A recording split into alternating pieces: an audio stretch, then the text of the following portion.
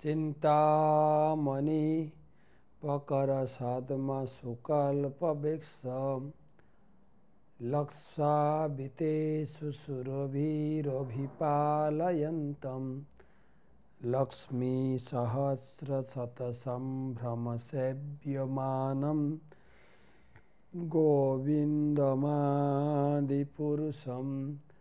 तमहं भजामि। वन्देऽहं श्रीगुरो श्रीयुतपदकमलं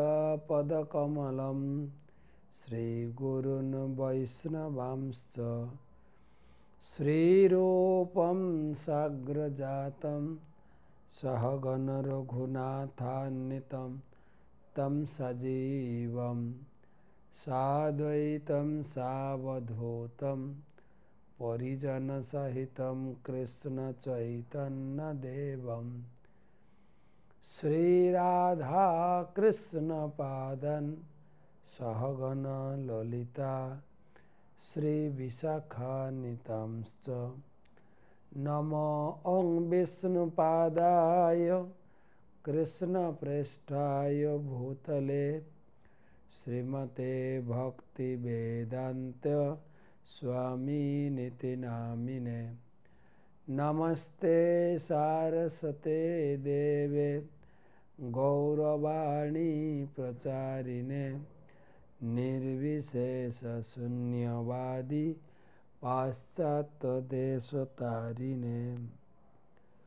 आजानुलम्बितभुजौ कनकावदातौ सङ्कीर्तनैकपितरौ कमलायताक्षौ विश्वम्भरौ द्विजवरौ जुगधर्मपालौ वन्दे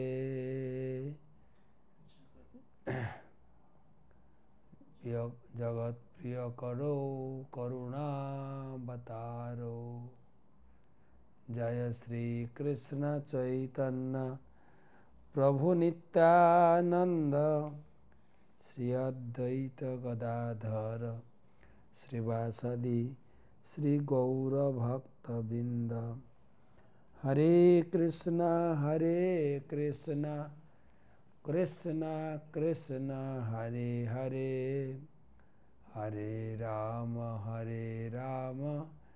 राम राम हरे हरे। ओम नमो भगवते वासुदेवाय ओम नमो भगवते वासुदेवाय ओम नमो भगवते वासुदेवाय। नारायणं नमस्कृत्य नरं चैव नरोत्तमं देवीं सरस्वतीं व्यासं ततो जयमुदीरयेत्।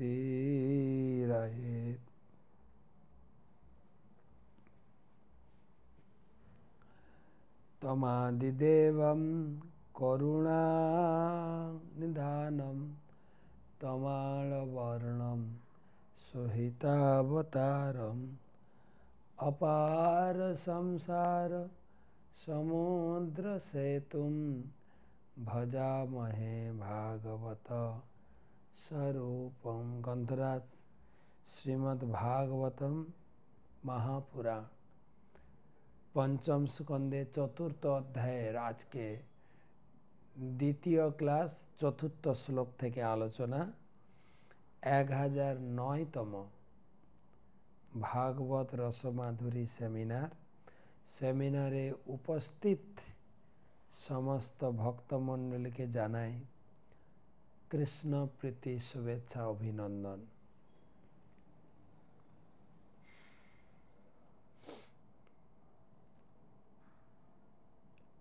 गुरुपाद पद में प्रणाम निवेदन करे तार अहितु की कृपा आशीर्वाद प्रार्थना करी।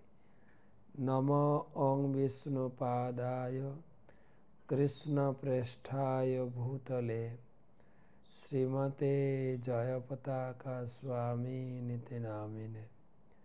नमो आचार्य पादाय निताय कृपा प्रदायिने गौर कथा धामदाय नगर ग्रामता।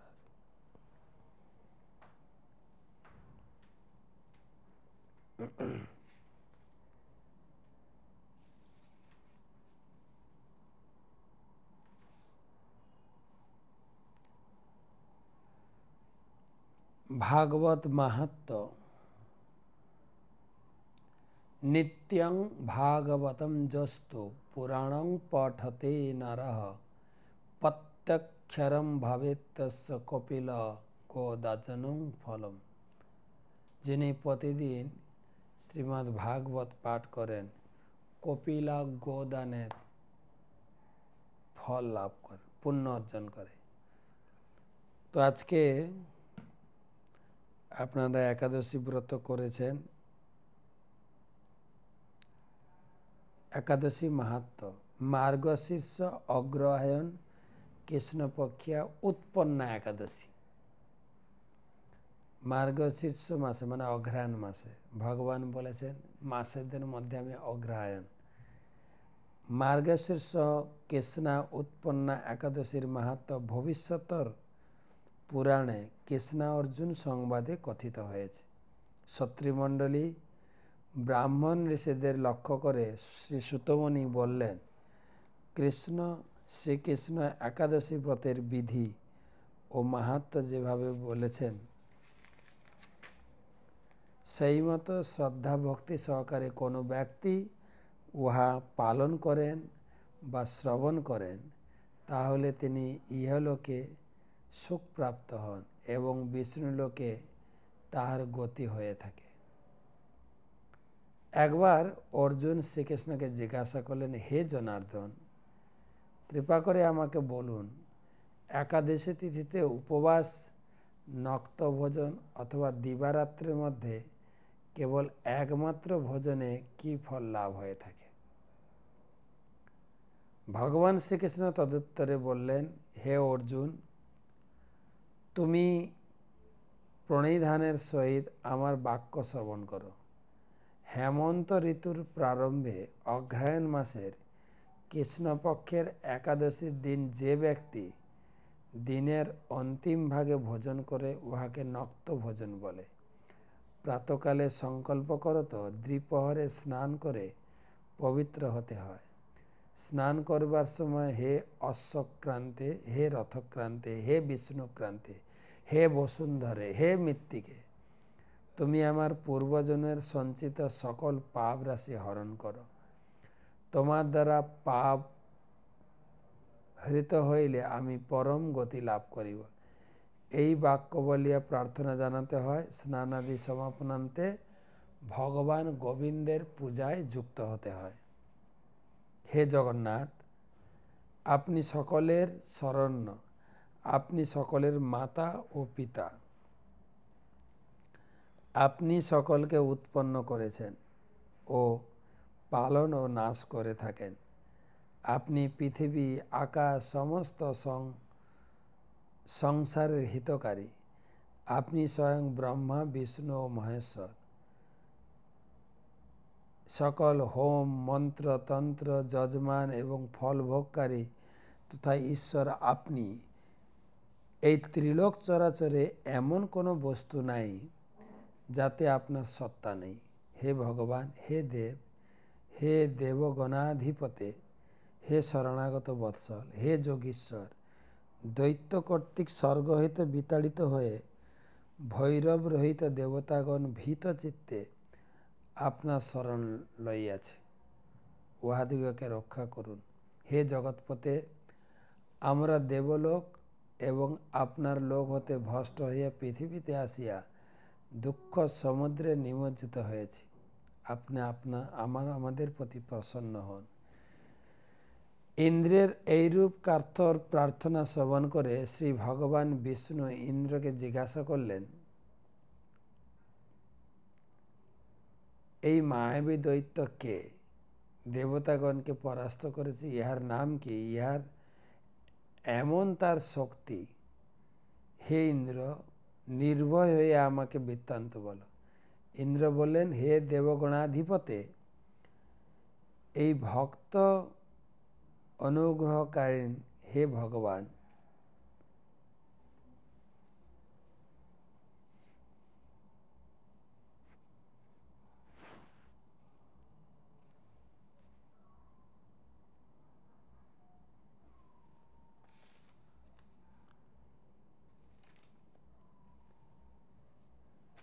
হে ভগবান, ব্রহ্মবংশ দেবতাগণকে প্রথম দুঃখ দানকারী অত্যন্ত উগ্র নাড়ীজঙ্ঘ নামক দৈত্য উৎপন্ন হয়েছিল। ইহার পুত্র মহাবলশালী বিখ্যাত মূর নামক দামক মহানগরী চন্দ্রাবতী তার রাজধানী। এই মূর সকল দেবতাকে স্বর্গ হইতে বিতাড়িত করিয়া নিজেই তথাই বসবাস করিতেছে। ইন্দ্র, অগ্নি, যম, বায়ু, ঈশ, চন্দ্রমা, নৈরদ এবং বরুণ সকলের পদ সে একাকেই অধিকার করিয়াছে। দেবতারা সকলে মিলিয়া উহাকে জয় করিতে অসমর্থ। হে বিষ্ণু, আপনি এই দানবকে মারিয়া দৈত্য দেবতাদের বিজয়ী করুন। ইন্দ্রের বাক্য শ্রবণে ভগবান দেবদ্রোহী গণের প্রতি ক্রোধান্বিত হলেন ও বললেন, হে দেবেন্দ্র, তোমার শত্রু এই মহাশালী দৈত্যকে আমি সংহার করিব। তোমরা সকলে একসঙ্গে চন্দ্রাবতী নগরে চলো। তখন ভগবান বিষ্ণুর নেতৃত্বে সকল দেবতা চন্দ্রাবতী নগরের দিকে অভিযান করলেন। একদিকে সহস্র সহস্র অস্ত্র শস্ত্রে সুসজ্জিত দেবতাগণকে, অপরদিকে অসংখ্য দৈত্য সৈন্য সমন্বিত দৈত্যেন্দ্রীয় মূরকে গর্জন করিতে দেখা গেল। অসুরের প্রচণ্ড প্রহারে দেবতাগণ যেখানে সেখানে প্রস্থান করিয়াছিলেন, কিন্তু ভগবানকে সংগ্রামী একাকে নির্ভীকভাবে দাঁড়াইয়া থাকতে দেখে সেই অসুর ভীষণ ক্রোধান্বিত হয়েছিল। সকল অসুরকে পরাস্ত করলেও মূরকে পরাস্ত করা ভগবানের পক্ষে কঠিন হইয়া উঠেছিল। যখন অজস্র অস্ত্র প্রয়োগ করেও ভগবান মূরকে পরাস্ত করতে পারলেন না, তখন তাহার সহিত 10 সহস্র বৎসর মল্ল যুদ্ধে লিপ্ত হলেন। পরিশেষে মূরকে পরাস্ত অবস্থায় রাখিয়া বদ্রিকাশ্রমে গেলেন। সেখানে হেমবতী নামক এক সুন্দর গুহায় বিশ্রাম করছিলেন। ভগবান অর্জুনকে সম্বোধন করে বলতে লাগলেন, হে অর্জুন, এই দানব আমার প্রতি ধাবিত হইয়া সেই গুহায় পৌঁছায়। সেখানে আমার বিশ্রাম করতে দেখে দানব স্থির করলেন দৈত্যদের সংহার কর্তা বিষ্ণুকে মারবে। এমন সময় আমার শরীর থেকে এক দীপ্তিময় কন্যা উৎপন্ন হয়। দিব্যাস্ত্র দ্বারা সুসজ্জিত হইয়া অসুরের সহিত যুদ্ধ করতে উদ্যত হলেন। সেই দীপ্তিময়ী দেবী মূরের সহিত নিরন্তর যুদ্ধ চালায় অবশেষে তার মুণ্ড ছেদন করিয়াছিলেন। অন্যান্য অসুর ভয়ে পাতালে প্রবেশ করেছিল। ভগবান গাত্রোত্থান করে দেখলেন তাহার সম্মুখে মূর দৈত্যের মৃতদেহ পড়িয়া আছে। এমন কন্যা নম্রভাবে হাত জোড় করে দাঁড়িয়ে আছে। উহা দেখিয়া ভগবান সবিস্ময়ে প্রশ্ন করলেন, তুমি কে? ভগবানের প্রশ্নে সেই কন্যা উত্তর দিলেন, হে প্রভু, আমি আপনার অংশ হইতে উৎপন্ন। আমি সেই দৈত্যকে হত্যা করিয়াছি। আপনাকে সাহিত্য দেখিয়া সেই দৈত্য আমাকে মারিবার জন্য উদ্যত হয়েছিল, সেই জন্য আমি উহাকে বধ করিয়াছি। ভগবান বলেন, হে দেবী, তোমার এই কার্যের জন্য তোমার প্রতি আমি প্রসন্ন। তুমি আমার নিকট বর প্রার্থনা করো। তখন সেই কন্যা বর প্রার্থনা করায় ভগবান বললেন, আমার পরাশক্তি, তুমি একাদশীতে উৎপন্ন হয়েছ, এই জন্য তোমার নাম একাদশী হইবে। এই একাদশী পালন যে করিবে সে সকল পাপ থেকে মুক্ত হবে এবং অক্ষয় স্বর্গ সুখ লাভ করবে। সেই দিনেতেই একাদশী তিথি হৃষ্টপুষ্ট হইয়া জগতে পূজিতা হইতেছে। হে অর্জুন, যে ব্যক্তি একাদশী তিথি পালন করেন তাহাকে পরাগতি প্রদান করিতে। হে কুন্তিপুত্র, দ্বাদশী যুক্ত একাদশী সর্বোত্তমা। একাদশীতে স্ত্রী সঙ্গ, অন্ন ভোজন, মধু, কাংসপাত্রে ভোজন, মাংস, তৈল প্রভৃতি বস্তু বর্জনীয়। এই তিথির মাহাত্ম্য শ্রবণপূর্বক ব্রত পালন করিলে অধিক ফল লাভ। যেহেতু ব্রত করেছেন সেই জন্য ব্রত মাহাত্ম্য শোনালাম। মূর অসুর বধের কাহিনী। তো ভাগবতম চতুর্থ শ্লোক, চতুর্থ অধ্যায় পঞ্চম স্কন্ধে নাভি মহারাজের পুত্র ঋষভদেবের কাহিনী আলোচনা হচ্ছে। নাভিস্ত যথাভিলসিতম সুপ্রজস্তম বরুধ্যাতি প্রমোদ ভর বিহল গদগদাক্ষরয়া গিরা শৈরম গৃহীত নরলোক সধর্মম ভগবন্তম পুরাণ পুরুষম মায়া বিলসিত মতির্বৎস তাতেতি সানুরাগানু মলায়ন পরাম নিবৃতমপু পগত। মহারাজ নাভি তার বাসনা অনুসারে জ্যৈষ্ঠ পুত্র লাভ করে আনন্দাতিশর্যে বিহল চিত্ত হয়েছিলেন। তিনি অনুরাগ ভরে গদগদ স্বরে তাকে হে বৎস, হে তাত বলে সম্বোধন করতেন। যোগমায়ের প্রভাবে তিনি এই মনোভাব প্রাপ্ত হয়েছিলেন, যার ফলে তিনি পরমপিতা পরমেশ্বর ভগবানকে তার পুত্র বলে মনে করেছেন। ভগবানই স্বেচ্ছাক্রমে তার পুত্র হয়েছিলেন এবং একজন সাধারণ মানুষের মতো সকলের সঙ্গে ব্যবহার করছিলেন। এইভাবে মহারাজ নাভি তার দিব্য পুত্রকে গভীর স্নেহে লালন পালন করতে লাগলেন এবং তার ফলে তিনি চিন্ময় আনন্দ, হর্ষ, ভক্তিতে বিহল হয়েছিলেন। ভগবানকে পুত্ররূপে প্রাপ্ত হয়েছিলেন। সেই পুত্রের লালন পালন পোষণ তিনি কিভাবে করছিলেন তার বর্ণনা দিচ্ছেন সুখদেব গোস্বামী। আদর করে ডাকতেন, বিখ্যাত পুত্র, সৌন্দর্য, আতিশয্যে, তেজে, বিভিন্ন লক্ষণ দ্বারা সুলক্ষণিত, হে তাত, হে বৎস বলে সম্বোধন করতেন। কত সৌভাগ্যের ক্রমে তিনি তপস্যা করে ভগবানকে পুত্ররূপে লাভ করেছেন। এখানে মোহ অর্থে মায়া শব্দটি ব্যবহার করা হয়েছে। পরমেশ্বর ভগবানকে নিজের পুত্র বলে মনে করে মহারাজ নাভি নিশ্চয়ই মোহগ্রস্ত হয়েছিলেন, কিন্তু সেটি ছিল চিন্ময় মোহ বা যোগমায়া।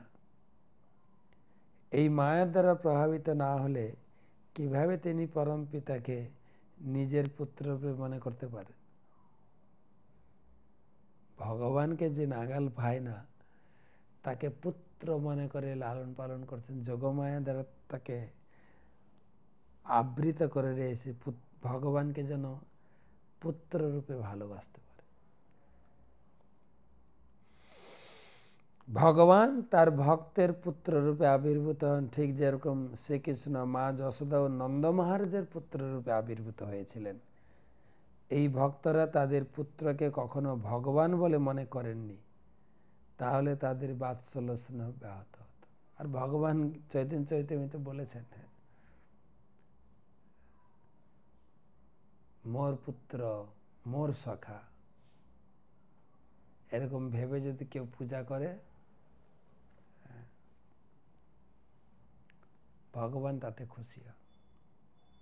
5 নম্বর শ্লোক।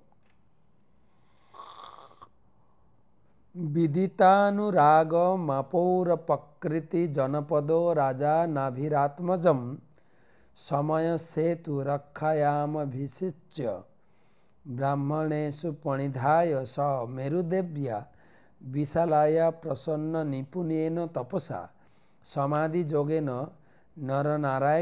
নরনারায়ণাখ্যম ভগবন্তম বাসুদেবম উপাসীন কালেন তন্মহিমানমবাপ।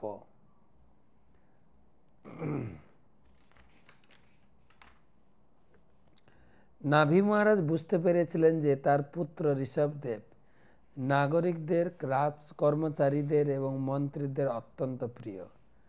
তার পুত্রের এই জনপ্রিয়তা দর্শন করে বৈদিক ধর্ম অনুসারে প্রজা পালন করার জন্য তাকে সারা পৃথিবীর সম্রাট রূপে অভিষিক্ত করেছিলেন। সেই জন্য তিনি তার রাজকার্যে যারা তাকে পরিচালিত করবে সে তত্ত্বজ্ঞ ব্রাহ্মণদের হস্তে ঋষভদেবকে সমর্পণ করেছিলেন। তারপর মহারাজ নাভি তার পত্নী মেরুদেবী সহ বদ্রিকাশ্রমে গিয়েছিলেন এবং অত্যন্ত প্রসন্নতা ও নিপুণতা সহকারে তিনি তপস্যায় রত হয়েছিলেন।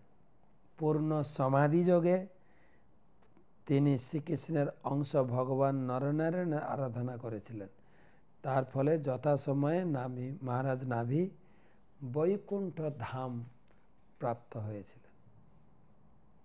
সংক্ষেপে বর্ণনা করা হচ্ছে, তিনি পুত্রের উপযুক্ত সময়ে তিনি পুত্রকে রাজ্য অর্পণ করে, ঋষভদেবের উপরে রাজ্য অর্পণ করে নাভি মহারাজ তিনি বানপ্রস্থ অবলম্বন করে তপস্যা করে তিনি ভগবত ধাম প্রাপ্ত হয়েছিলেন। ভগবানকে পুত্ররূপে পেয়েছেন, তথাপি তিনি বানপ্রস্থ অবলম্বন করে সেখানে তপস্যা করে সিদ্ধি লাভ করলেন। এ শিষ্টাচার বা বর্ণাশ্রম ধর্মের নিয়ম। মহারাজ নাভি যখন দেখলেন তার পুত্র ঋষভদেব জনসাধারণ এবং রাজকর্মচারীদের অত্যন্ত প্রিয় হয়েছেন, তখন তিনি তাকে রাজ সিংহাসনে অভিষিক্ত করতে মনস্থ করেন। অধিকন্তু তিনি তার পুত্রকে তত্ত্বজ্ঞ ব্রাহ্মণদের হস্তে অর্পণ করতে চেয়েছিলেন। তার অর্থ হচ্ছে যে রাজা তত্ত্বজ্ঞ ব্রাহ্মণদের পরিচালনায় রাজ্য শাসন করতেন, যারা তাকে মনুসংহিতা আদি বৈদিক শাস্ত্রের নির্দেশ অনুসারে উপদেশ দিতেন। বৈদিক নির্দেশ অনুসারে প্রজা শাসন করা রাজার কর্তব্য।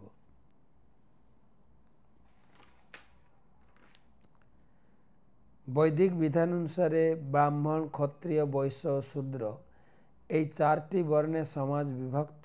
চাতুর্বর্ণ মায়া সৃষ্টম গুণ কর্ম বিভাগ। সমাজকে এই চারটি বর্ণে বিভক্ত করার পর রাজার কর্তব্য হচ্ছে সকলকেই তার বর্ণ অনুসারে বৈদিক নির্দেশ পালন করছেন কিনা তা দেখা। জনসাধারণকে প্রতারণা না করে ব্রাহ্মণ তার কর্তব্য অবশ্যই পালন করবেন। এমন নয় যে তিনি যোগ্যতা ব্যতীতই ব্রাহ্মণত্ব লাভ করা যায়। প্রত্যেকে যাতে বৈদিক নিয়ম অনুসারে তার বৃত্তিগত কর্তব্য সম্পাদন করে তা দেখা রাজার কর্তব্য। তারপর জীবনের শেষ ভাগে অবসর গ্রহণ করা ছিল বাধ্যতামূলক। মহারাজ নাভি একজন রাজা হওয়া সত্ত্বেও গৃহস্থ জীবন থেকে অবসর গ্রহণ করে তার পত্নী সহ হিমালয় পর্বতে বদ্রিকা আশ্রমে গিয়েছিলেন, যেখানে নরনারায়ণের শ্রী বিগ্রহ পূজিত হয়। প্রসন্ন নিপুণেন তপস্যা শব্দটি ইঙ্গিত করে যে রাজা অত্যন্ত দক্ষতা সহকারে এবং আনন্দের সঙ্গে তার সকল প্রকার তপস্যা করেছিলেন। একজন সম্রাট হওয়া সত্ত্বেও তার গৃহের সুখ স্বাচ্ছন্দ্যময় জীবন পরিত্যাগ করতে তিনি একটুও বিচলিত হননি।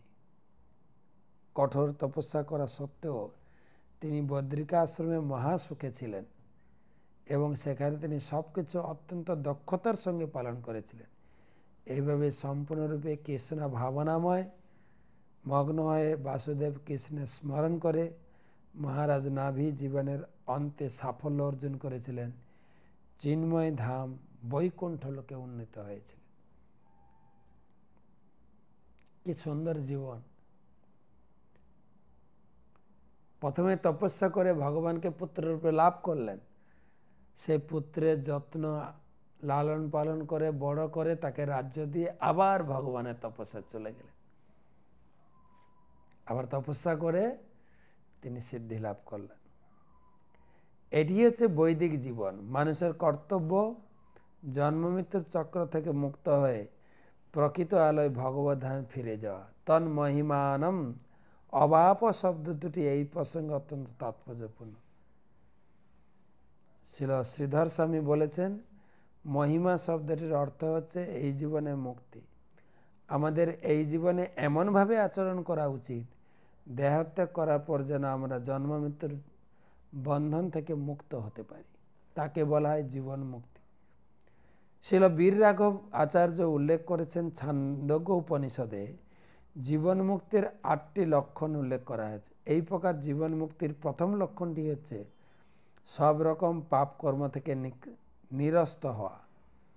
মানুষ যতক্ষণ মায়ের বন্ধনে থাকে ততক্ষণ তাকে পাপ কর্মে লিপ্ত হতেই হয়। ভগবদ্গীতায় এই প্রকার ব্যক্তিদের বলা হয় দুষ্কৃতি ন। অর্থাৎ তারা সর্বদা পাপ কর্মে লিপ্ত, কিন্তু যিনি তার জীবদ্দশাতেই মুক্ত হয়েছেন তিনি কোনো পাপ কর্ম করেন না। পাপ কর্ম মানে হচ্ছে অবৈধ স্ত্রী সঙ্গ, আমিষ আহার, আসব পান, দ্রুত ক্রীড়া। জীবন মুক্তের আরেকটি লক্ষণ হচ্ছে বিজর, অর্থাৎ বার্ধক্যের কষ্টভোগ করতে হয় না। তৃতীয় লক্ষণটি হচ্ছে বিমৃত্যু, যিনি এমনভাবে প্রস্তুত করেন তার মৃত্যুর পর তাকে আর মরণশীল দেহ ধারণ করতে হন না, তিনি ভগবত ধামে ফিরে যায়। আরেকটি লক্ষণ হচ্ছে বিশোক, যিনি জড়জগতের সুখ দুঃখের অতীত। বিজর, বিমৃত্যু, বিশোক, তিনি সুখ দুঃখের প্রতি উদাসীন। আরেকটি লক্ষণ হচ্ছে বিজিঘাৎস, সুখ দুঃখের কোনো বাসনা থাকে না। আর লাস্ট হচ্ছে অপিপাসা, অর্থাৎ প্রিয়তম প্রভু কৃষ্ণের প্রেমময় সেবা ছাড়া আর কোনো কিছু করতে চান না। অন্য লক্ষণটি হচ্ছে সত্যকাম, তার সমস্ত বাসনা পরম সত্য শ্রীকৃষ্ণকে কেন্দ্র করে, তাছাড়া আর কোনো কিছু চান না। শেষ লক্ষণটি হচ্ছে সত্য সংকল্প, তিনি তার বাসনা করেন শ্রীকৃষ্ণের কৃপায় তাই চরিতার্থ হয়। প্রথমত তিনি তার জাগতিক লাভের জন্য কোনো বাসনা করেন না, দ্বিতীয়ত সব কিছু বাসনা করলেও তা পরমেশ্বর ভগবানের সেবা করার জন্যই।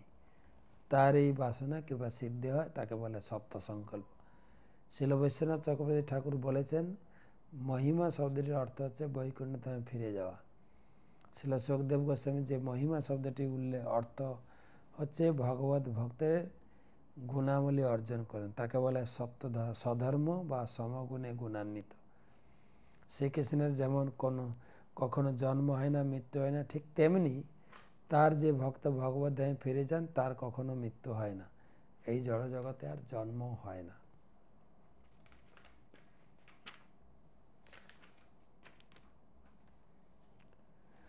যস্য হ পাণ্ডবেয় শ্লোকা বুদাহরন্তি কোনু তৎকর্ম রাজস্য নাভে রন্নচরেত পুমান अपत्यतामगात যস্য হরি শুদ্ধেন কর্মণা।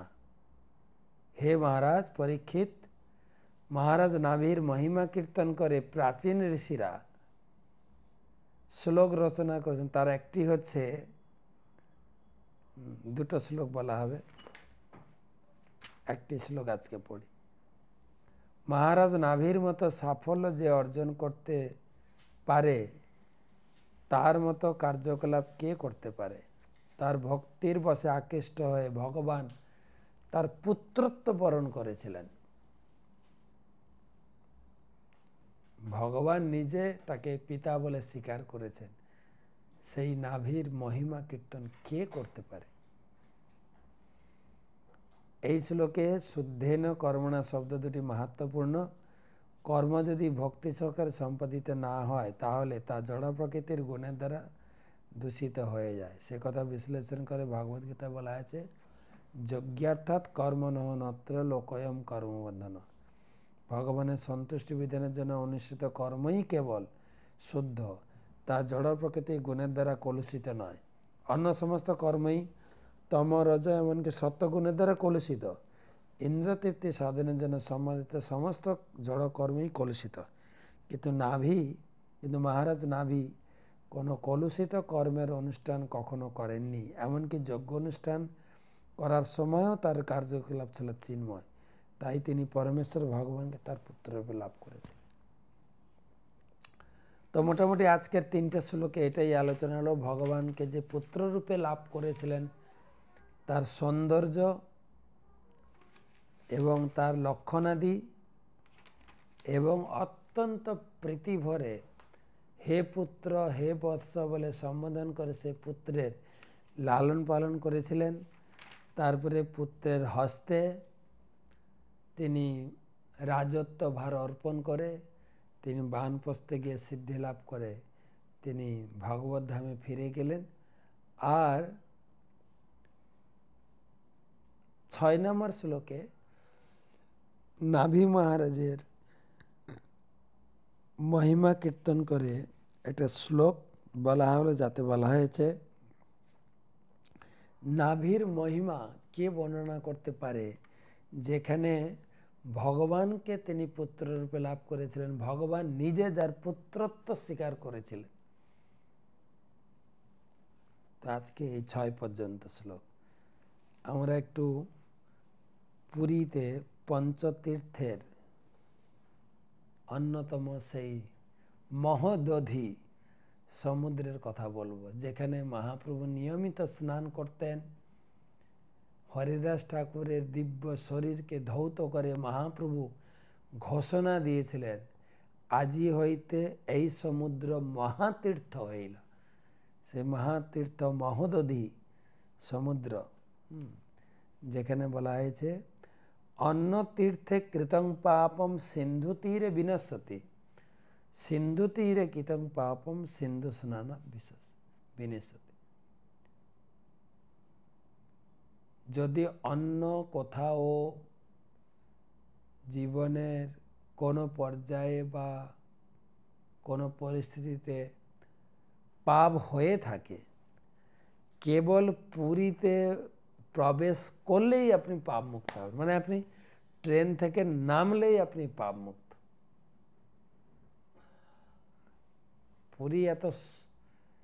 পুরী আসা এতটাই সহজকর হয়েছে আমাদের জন্য।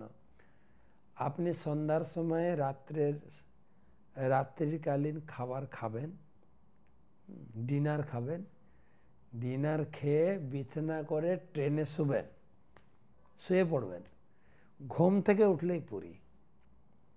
আর ট্রেন থেকে যখন নামবেন, যখনই পুরী স্পর্শ হবে তখনই আপনি পাপ থেকে মুক্ত হবেন, সমস্ত পাপ থেকে। এবারে পুরীতে থাকাকালীন যদি কোনো পাপ হয়, সমুদ্র স্নান করলেই পাপ থেকে মুক্ত হবেন। সিন্ধু স্নানাৎ বিনশ্যতি। প্রণাম করে স্নান করবেন। তীর্থরাজ নমস্তেভ্যম জলরূপায় বিষ্ণুবে জীবনায় চ জন্তুনাম পরনির্বাণ হেতবে জন্মকটি সহস্রেষু যৎ পাপম পূর্বমর্জিতম তদা শেষম লয়ম জাতু দেহি মে ব্রহ্ম শাশ্বতম। এই সমুদ্র কি করে এই জগতে আবির্ভূত হলো, তার একটা পুরাণ কাহিনী মহারাজ বর্ণনা করেছেন পরম পূজ্য শ্রীমৎ ভক্তি পুরুষোত্তম স্বামী মহারাজ তার শ্রীক্ষেত্র পরিক্রমা গ্রন্থে। সেখান থেকে আমি পড়ছি। 7টি মহাসাগর আছে। চৈতন্য ভাগবতে বলা হয়েছে শ্রী চৈতন্য মহাপ্রভু সমুদ্র তীরে সংকীর্তন করতে ভালোবাসতেন। তিনি সাগর তটের কাছে তার ভজন কুটির নির্মাণ করেছিলেন এবং সতত তিনি প্রেমানন্দে সাগরে সন্তরণ করতেন। শ্রী রমা লক্ষ্মী দেবী যে সমুদ্র থেকে উদ্ভূত হয়েছিলেন, সেই সমুদ্রে এখন প্রভুর ঘনিষ্ঠ সান্নিধ্য পেয়ে অবর্ণনীয় প্রেমানন্দে উচ্ছ্বসিত হতে লাগলো। নীলাচলবাসী যত পাপ করুক না কেন, তারা কেবল সমুদ্র স্নান করার মাধ্যমে সর্বপাপ হতে বিমুক্ত হয়। গঙ্গা দেবী এই সুবর্ণ সুযোগটির মূল্য বুঝে তা সদ্ব্যবহার করার জন্য হিমালয় হতে দ্রুত গতিতে প্রভাবিত হয়ে পুরীর মহাসাগরে নিজেকে বিলীন করেন। শ্রী চৈতন্য মহাপ্রভুর উপস্থিতি সমুদ্রকে ধন্য করেছিল, তার জলকে পবিত্র করেছিল। 7টি মহাসাগর, ভূলোকে সমুদ্রের আবির্ভাব। কাহিনীটা এরকম, অনেক বড় আছে, আমি সংক্ষেপে বলি। রাধারানী এবং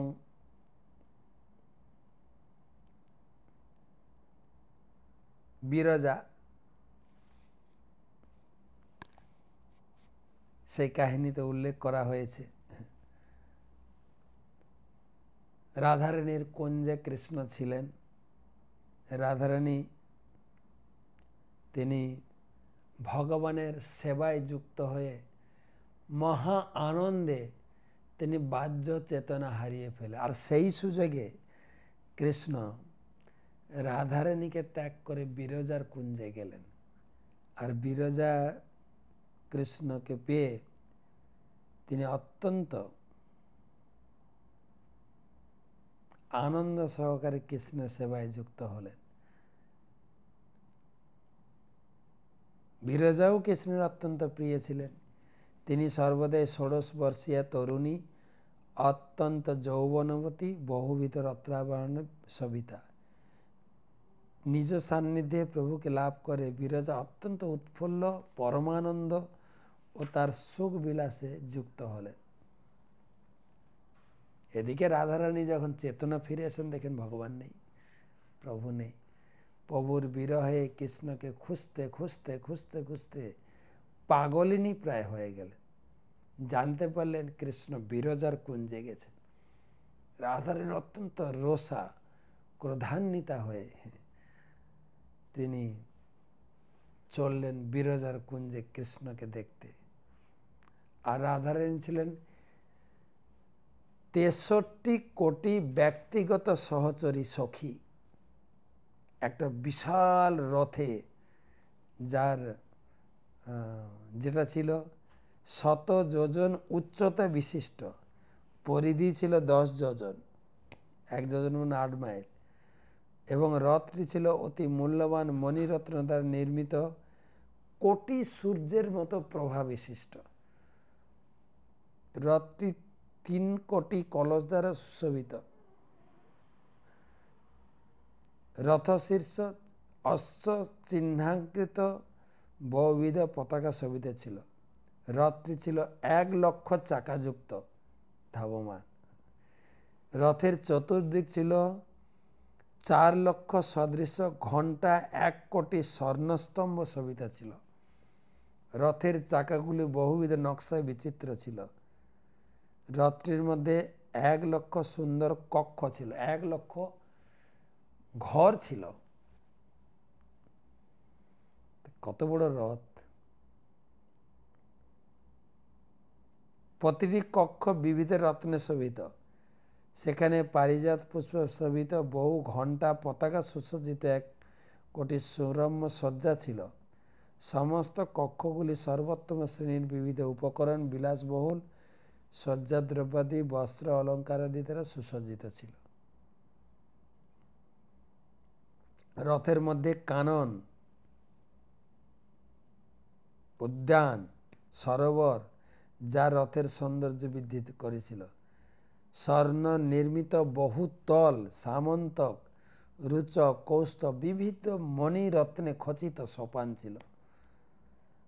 সর্বাধিক পুষ্প কানন সম্বন্ধ ছিল। চিত্ত মনোহর সুগন্ধে আমোদিত করেছিল। রথটি একটি পাতলা রেশম বস্ত্রে আবৃত ছিল। 1 কোটি দর্পণে বিভূষিত ছিল। রথ হতে 1 কোটি চামর ঝুলছিল। প্রতিটির বাট বজ্রমণি নির্মিত, চন্দন, অগুরি, কষ্টজক, কুমকুম প্রাপ্তি ছিল। তো বিশাল রথে করে এগিয়েছেন বিরজার সঙ্গে দেখা করবে। আর বিরজার কুঞ্জে পাহারা দিচ্ছিলেন শ্রীদাম সখা। আর একদম মেজাজে নেমেছেন রাধা, এই লম্পট, তোমার প্রভু কোথায়? ধরে আনো এখানে।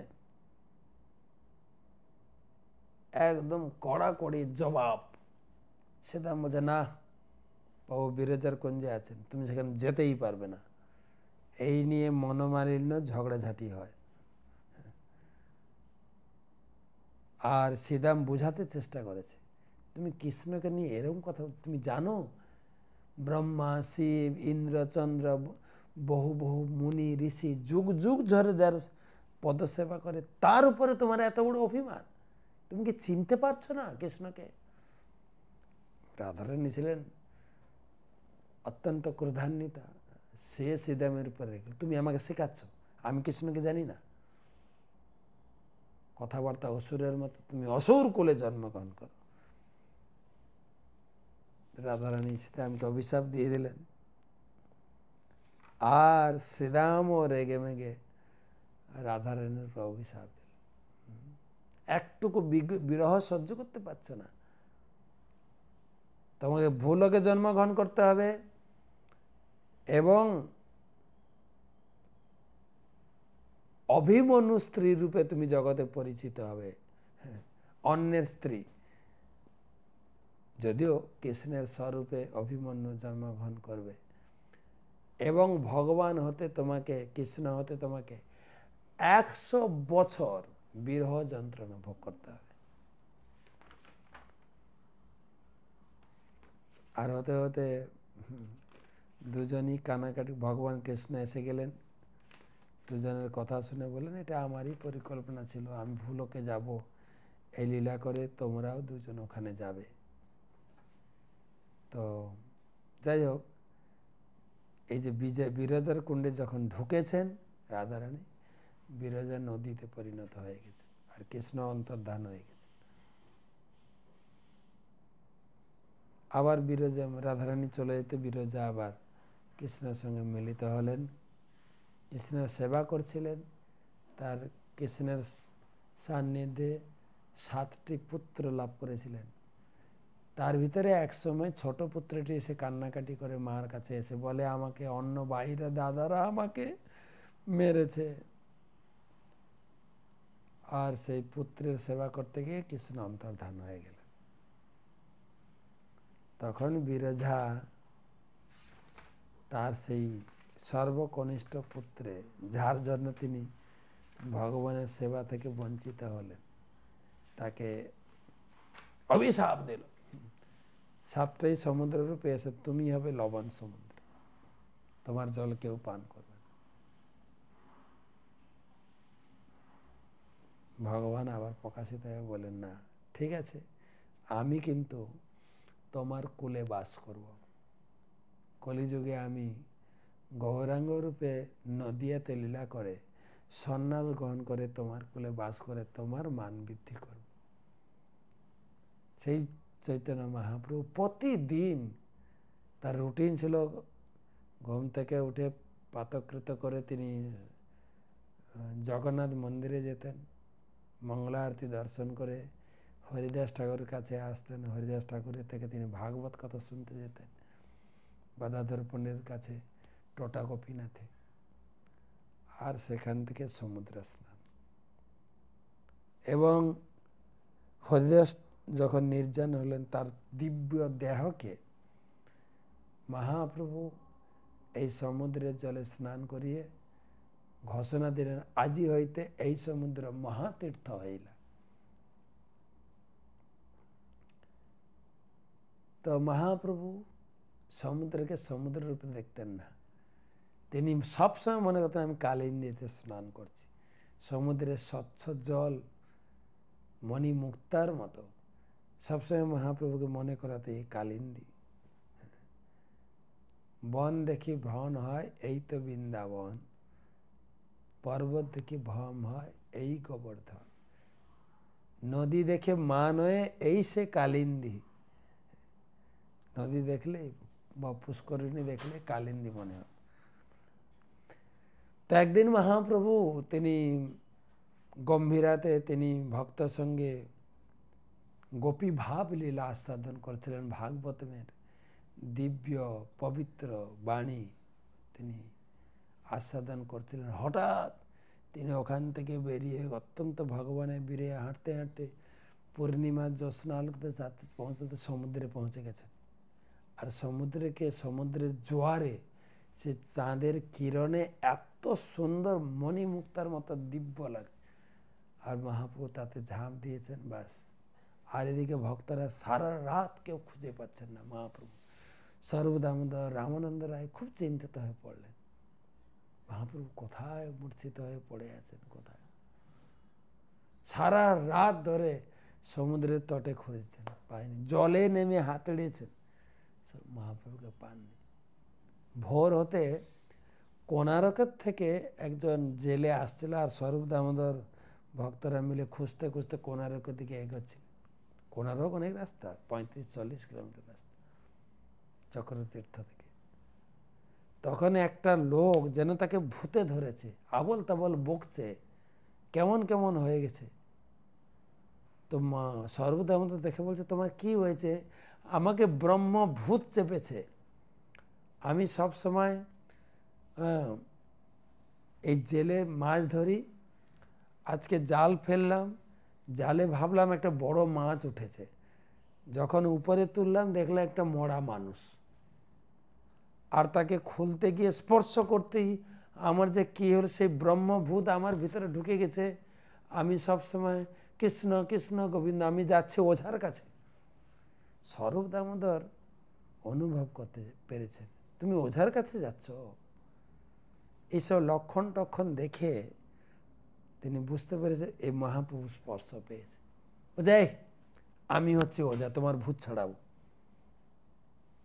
আর জল নিয়ে হরে কৃষ্ণ মহামন্ত্র বলে জোরে জোরে ঝাপটা দিয়েছে।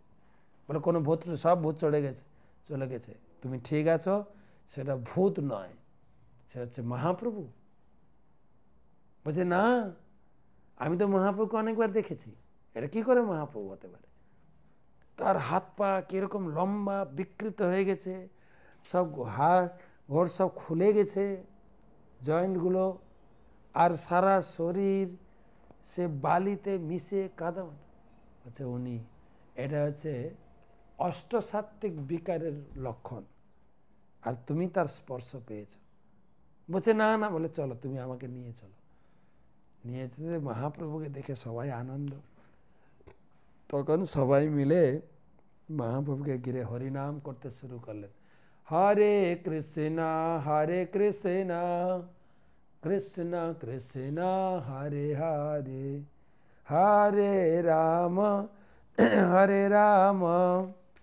রাম রাম হরে হরে, হরে কৃষ্ণ কৃষ্ণ কৃষ্ণ হরে হরে, হরে রাম রাম রাম হরে হরে। মহাপ্রভু উঠেই নাচতে শুরু করলো, আর সে জেলে তো খুব খুশি হয়ে গেছে। মহাপ্রভু বলছে, আরে তোমরা এখানে? বলে প্রভু আপনি? বলে আমি গিয়েছিলাম বৃন্দাবনে, আমি আস্তে আস্তে বৃন্দাবনের বিরহে ঘুরতে ঘুরতে ঘুরতে যমুনায় ঝাঁপ দিলাম, আর আমি চলে গেলাম বৃন্দাবনে সখীদের সঙ্গে কৃষ্ণের জলকেলি দর্শন করছিলাম। হঠাৎ তোমরা আমার সেই দর্শনটাকে ভেঙে দিলে। চৈতন্য মহাপ্রভু অপূর্ব অদ্ভুত পূর্ব ভাব এই চৈতন্য চরিতামৃতে এই সমুদ্রের লীলায় রয়েছে। কালিন্দী দেখিয়া আমি গেলাম বৃন্দাবন, দেখি জল ক্রীড়া করে ব্রজেন্দ্র নন্দন, রাধিকাদি গোপীগণ সঙ্গে একত্র মেলি, যমুনার জলে মহা রঙ্গে করেন কেলি। আমি কালিন্দী ডুব দিলাম, দেখছি কৃষ্ণ সমস্ত রাধারানী সব গোপীদের নিয়ে জল কেলি করছেন, আর আমি তীরে দাঁড়িয়ে দাঁড়িয়ে দেখছি। তীরে রহি দেখি আমি সখীগণ সঙ্গে, এক সখীগণে দেখাই সেই রঙ্গে, পট্টবস্ত্র অলঙ্কারে সমপ্রিয়া সখী করে, সুত সূক্ষ্ম বস্ত্র পরিধান, কৃষ্ণ লইয়া কান্তাগণ কৈলা জলাবগাহন, জলকারী রচিলা সুঠাম। সখী হে দেখো কৃষ্ণের জল কেলি রঙ্গে, কৃষ্ণ মত্ত করিবার চঞ্চল কর পুষ্কর, গোপীগণ করিণীর সঙ্গে, আরম্ভিলা জল কেলি অনন্যে জল ফেলা ফেলি, হুড়াহুড়ি বর্ষে জলধার, সবে জয় পরাজয় নাহি কিছু নিশ্চয়, জলযুদ্ধ বাড়িল অপার, বর্ষে স্থির তরিতগণ সিঞ্চে শ্যাম নবঘন, ঘন বর্ষে তরিত উপরে সখীগণের নয়ন, তৃষিত চাতকীগণ সেই অমৃত সুখে পান করে। প্রথমে যুদ্ধ জলাজলি, তবে যুদ্ধ করাকরি, তার পাছে যুদ্ধ মুখামুখি। প্রথমে জলাজলি, কড়াকড়ি, মুখামুখি, তর্ক বিতর্ক, গালাগালি, তবে যুদ্ধ হৃদয়াহৃদি, তবে হইল রদারদি, রদারদি মানে দাঁতে দাঁতে, তবে হইল যুদ্ধ নখানখি, सहस्र करे जल सेके सहस्र नेते गोपी देखे सहस्र पदे निकट गमने सहस्र मुख चुम्बने सहस्र बपु संगमे गोपी नर्म শুনে सहस्र কানে এরকম বর্ণনা রয়েছে। কৃষ্ণ রাধা লইয়া বলে গেলা কণ্ঠ লগ্ন জলে ছাড়িলা তাহা তাহা অগাধ পানি তেহ কৃষ্ণ কণ্ঠ ধরি ভাসে জলের উপরি গজত খাতে জইছে কমলিনী যত গোপ সুন্দরী কৃষ্ণ তত রূপ ধরি সবার বস্ত্র করিলা হরণে যমুনা জলে নির্মল অঙ্গ করে ঝলমল সুখে কৃষ্ণ করে দর্শনে পদ্মিনী লতা সখিচয় কৈলা কর সহায় তরঙ্গ হস্তে পত্র সমর্পিল কেহ মুক্ত কেশপাস আগে কইল অধবাস হস্তে কেহ কঞ্চলি ধরিল কৃষ্ণের কলহ রাধাসনে গোপীগণ সেই ক্ষণে হেমাজবনে গেলা লুকাইতে আকণ্ঠ বপু জলে পৈশে মুখপত্র জলে ভাসে পদ্মমুখে না সে পারি চিনিতে। কৃষ্ণ রাধার সঙ্গে ঝগড়াঝাটি করে শ্রীমতী রাধারানী গোপীদের সঙ্গে পদ্মবনে লুকিয়ে গেছেন আর কৃষ্ণ জলে ডুব দিয়েছেন, মুখটা দেখা যাচ্ছে। এথা কৃষ্ণ রাধাসনে কইলা যে আছিল মনে গোপীগণ অন্বেষণে গেলা তবে রাধা সূক্ষ্মমতি জানিয়া সখীর স্থিতি সখী মধ্যে আসিলা মিলিলা। শুনে রাখুন চৈতন্য চরিতামৃতের কথা। যত হেমাজ জলে ভাসে তত নীলাব্জ তার পাশে আসি আসি করয়ে মিলন নীলাব্জে হেমাজে ঠেকে যুদ্ধ হয় প্রত্যেকে কৌতুকে দেখে তীরে সখীগণ চক্রবাক মণ্ডল পৃথক পৃথক যুগল জল হইতে করিল উদ্গম উঠিল পদ্মমণ্ডল পৃথক পৃথক যুগল চক্রবাকে কইল আচ্ছাদন উঠে বহু রক্তৎপল পৃথক পৃথক যুগল পদ্মগণের কইল নিবারণ পদ্ম চাহি লুটি নিতে উৎপল চাহি রাখিতে চক্রবাক লাগি দুহারণ। এইভাবে মহাপ্রভু তিনি রাধাকৃষ্ণের গোপীদের সঙ্গে জলকেলি লীলা দর্শন করছিলেন সেই মূর্ছিত অবস্থায়। আর তোমরা আমার